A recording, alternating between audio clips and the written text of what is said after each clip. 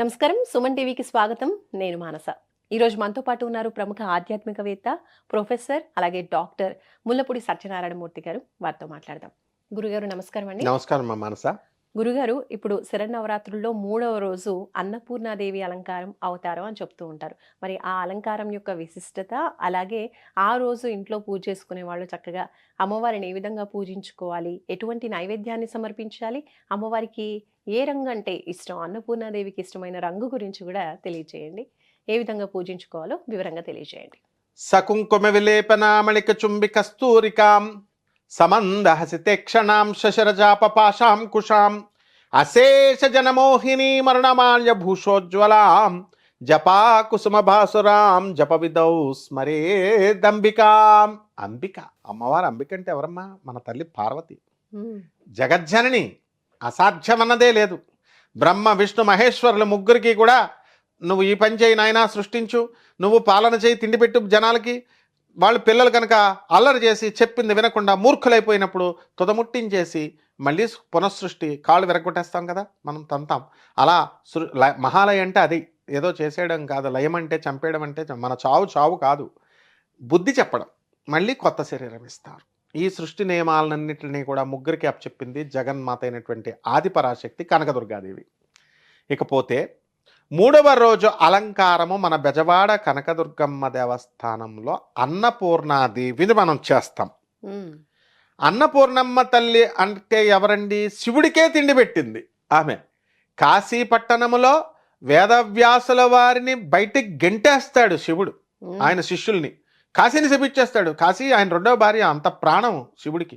అలాంటిది ఋషులు, యతులు వీళ్ళంతా కూడా ఆకలిని చేయించేశారు అని టెస్ట్ చేయమంటాడు శివుడు. చూద్దాం, వేదవ్యాసుడే నారాయణుడు అవతారం. క్షుధా యా దేవి సర్వభూతేషు క్షుధా రూపేణ సంస్థిత నమస్తస్యై నమస్తస్యై నమస్తస్యై నమో నమః. ఆకలి రూపంలో మనం ఏది తింటే దాన్ని జఠరాగ్నిగా మణిపూరక చక్రంలో ఉండి దాన్ని అగ్నిగా ఉండి ఆ తల్లి మనకి ఆకలిని కలిగించకపోతే మనకి ఎదుగుదల లేదు. తిన్నదిట్టుగా ఉంటే సరిపోదు, మళ్ళీ దాన్ని కరిగించి శక్తి రూపంలోకి మారుస్తుంది. అటువంటి అన్నపూర్ణమ్మ తల్లి వేదవ్యాసుల వారు ఏం చేస్తాడు, తన శిష్యులు ఓ 10 రోజులు అన్నం పెట్టొద్దు అంటాడు శివుడు. పెట్టకపోయేసరికి ఇంకొక 20 రోజులు వచ్చేసరికి, టోటల్ 20 రోజులు వచ్చేసరికి శిష్యులు ఇంక మేము పడిపోతున్నామంటే వేదవ్యాసుడు అనాలోచితంగా తన శిష్యులు ఆకలితో ఉన్నారని శపించేస్తాడు కాశీని. అప్పుడు నువ్వెవడవరా నా కాశీని శపించడానికి అని పో అని చెప్పేసి శివుడు పంపించేస్తే కరుణామయ్యైనటువంటి అన్నపూర్ణమ్మ తల్లి ఏం చేసిందో తెలుసా? అన్నం పెట్టింది.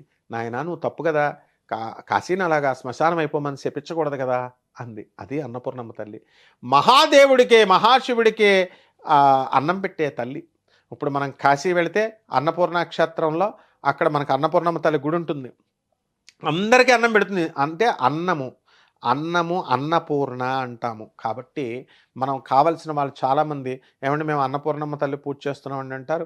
హోటల్కి వెళ్తారు. అది ఏ తిండి పదార్థం, గోధుమలు, నార్త్ ఇండియన్స్కి గోధుమలు, పిజ్జాలు, బర్గర్లు, చిన్నపిల్లలకి మనకి అన్నము, ఇలా ఏది కూడా వేస్ట్ చేయకూడదు. అది అన్నపూర్ణాదేవి తత్వం. ఇకపోతే ఇది నవదేవి సాంప్రదాయంలో మనం అన్నపూర్ణమ్మ తల్లిని చేసాం. ఎల్లో శాండల్ వుడ్ అంటే చందనం, గంధం ఏ కలర్ ఉంటుందో ఆ శారీని బెజవాడ కనకదుర్గమ్మ దేవస్థానంలో కడతాం అన్నపూర్ణమ్మ తల్లికి. ఇక ఇది 3వ రోజు కాబట్టి తృతీయం చంద్రఘంటేతి అన్నాం. నవదుర్గా సాంప్రదాయంలో చంద్రఘంటని పూజ చేస్తాం. చంద్రఘంట అంటే సేమ్ దుర్గాదేవిలాగే ఉంటుంది, నవదుర్గలు. ఆ తర్వాత మళ్ళీ మనకి చిన్నమస్తాదేవి ఆ దశమహావిద్యా సాంప్రదాయంలో మనము చేస్తామన్నమాట. ఇకపోతే దీన్నే సింధూర తృతీయ అంటాం దీన్ని. అలాగే సౌభాగ్య తృతీయ అని ఈ అమ్మవారికి పేరు. బ్రాహ్మి, వైష్ణవి, మాహేశ్వరి అవతారంలో మనం ఈ యొక్క సప్తమాతృక అష్టమాతృక సాంప్రదాయంలో మాహేశ్వరి రూపంలో పూజ చేస్తాం. ఇక్కడ ఏమిటంటే ఈరోజు కనుక షోడశోపచారాలతో మనం పూజ చేసినప్పుడు, ఈ అష్టాదశమైనటువంటి షోడశోపచారాలు అష్టోత్తర శతనామావళి 108 నామాలతో మనం పూజ చేసినప్పుడు ఈ కుంకుమార్చన చేయాలి. చేసినప్పుడు సౌభాగ్య తృతీయ అన్నారు. అంటే భర్త యొక్క ఆయుర్దాయం పెరుగుతుంది. అది తేజ్ ఫంక్షన్ అని చెప్పేసి, తీజ్ అని చెప్పేసి నార్త్ ఇండియాలో చేస్తాం ఇదే రోజు అనమాట. కాబట్టి ఇక్కడ నైవేద్యం ఏమిటండి మరి అని అంటే మనకి దద్దోజనం నైవేద్యం పెడతాం. అమ్మవారికి మూడో రోజు. మూడవ రోజు. ఆ తర్వాత ఏమండి అదే పెట్టామండి, అరటిపళ్ళు కొబ్బరికాయలు పెట్టకూడదంటే అన్నీ పెట్టొచ్చు. కొబ్బరికాయలు కొట్టొచ్చు, అరటిపళ్ళు పెట్టొచ్చు, కమలా పళ్ళు పెట్టొచ్చు, ఇవన్నీ కూడా. నార్త్ ఇండియాలో ఏం పెడతారో తెలుసమ్మా, మనం ఇక్కడ పెద్ద పెద్ద పాయసానాలు గారెలు అన్నీ తయారు చేస్తాం కదా, అక్కడ వాళ్ళు సింపుల్గా ఒకరోజు వేరుశనగ పప్పు, సింపుల్ నెయ్యి పెడతారు అంతే, చిన్న బెల్లం ముక్క, 9 రోజులు అంతే వాళ్ళు నైవేద్యం. కాబట్టి ఈ రోజున వాళ్ళు ఘీ అంటే మనం యొక్క ఆవు నెయ్యిని పెడతారు ఉత్తి నైవేద్యం కింద, ఉత్తి ఆవు నెయ్యి.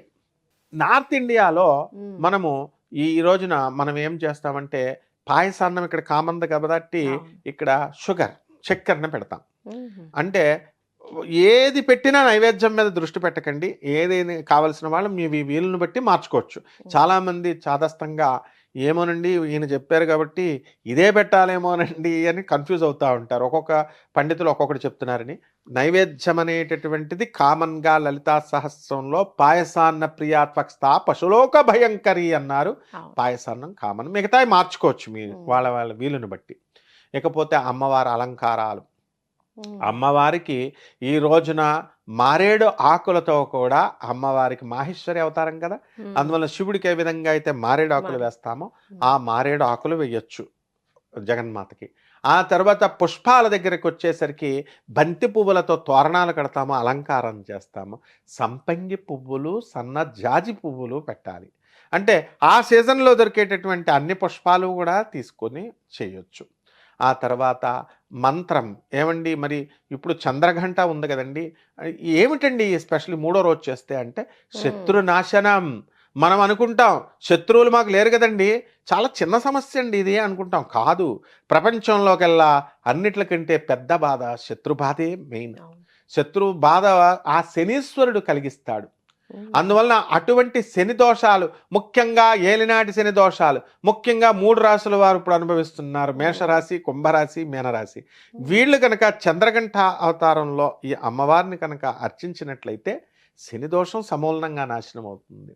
ఎవరైతే కారాగృహాలలో ఉన్నారో వాళ్ళందరికీ కూడా సుందరాకాండ మనం చదివి ఆంజనేయ స్వామి సూక్తిలో ఆంజనేయ స్వామి చదివితే ఎలా అయితే విడుదలవుతారో ఆ ఫలితం కూడా అమ్మవారు ఇక్కడ ఇస్తారు. ఇకపోతే మనకి బర్సానాలో మధురా దగ్గర ఉన్నటువంటి శ్రీకృష్ణ పరమాత్మ రాధమ్మ తల్లికి, ఆ రాధమ్మ తల్లి ఆరాధన అక్కడ చేస్తారు. అదే విధంగా కామాఖ్య టెంపుల్, వైష్ణవి మందిరంలో మనము అన్ని శక్తిపీఠాలు అక్కడ ఉంటాయి, అన్ని సప్తమాతృకలు అక్కడ ఉన్నాయి. మానసాదేవి ఆరాధన అనేటటువంటిది అక్కడ ఆ అమ్మవారికి తృతీయ చంద్రఘంట, అందుకే చిన్నమస్త పాము.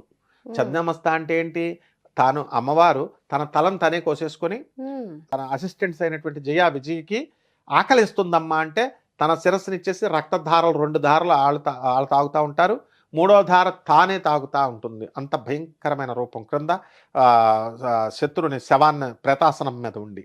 కాబట్టి ఇది ఏమిటి అంటే ఎవరికైతే కుజదోషాలు ఉన్నాయో, సర్పదోషాలు ఉన్నాయో ఎక్కడికి కూడా వెళ్ళాల్సినటువంటి అవసరం లేదు.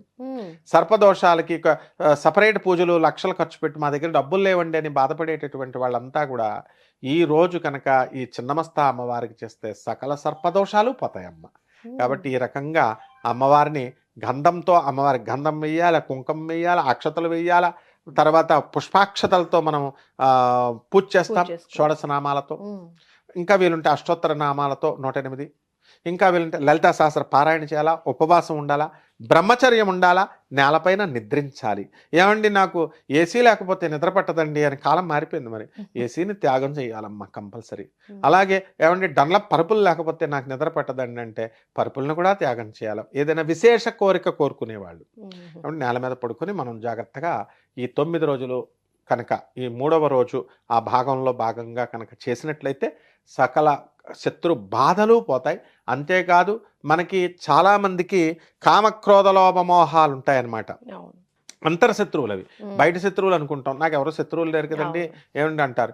చాలామంది ఓవర్ థింకింగ్, ఓవర్ అనలైటికల్గా ఆ బాధలు పడుతూ ఉంటారు. అష్టమరాహు దోషం ఉన్న వాళ్ళు ఉంటారు, ఎక్కువ ఆలోచిస్తారనమాట. ఆ దోషాలన్నీ సమూలంగా పోతాయమ్మ. కాబట్టి 3వ రోజున చేస్తే ఆ బెజవాడ కనకదుర్గమ్మ తల్లి ఆరాధన మన ఇంట్లోనే చేసుకోవచ్చు. కుదిరిన వాళ్ళు బెజవాడ కనకదుర్గమ్మ గుడికి ఎప్పుడైనా వెళ్ళొచ్చు, సంవత్సరంలో దసరాలోనే వెళ్ళాలని లేనిది, ఎందుకంటే రష్ను ఎక్కువ చేయకండి, ప్రమాదం. అలాగే మన ఇళ్ళ దగ్గర ఉన్నటువంటి దుర్గమ్మ గుళ్ళకి వెళ్ళొచ్చు. ఆలయాలు. పోనీ అది కుదరని వాళ్ళు ఇంట్లో మన కలశం ఉంది కదమ్మా, ఇంట్లోనే చేసుకోవచ్చు. బ్రహ్మాండమైనటువంటి అమ్మవారి యొక్క అనుగ్రహం వస్తుంది.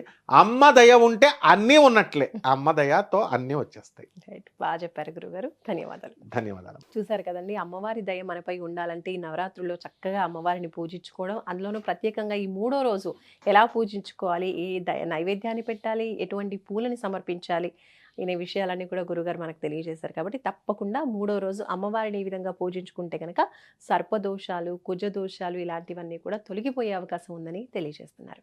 చూస్తూనే ఉండండి సుమన్ టీవీ. నమస్కారం.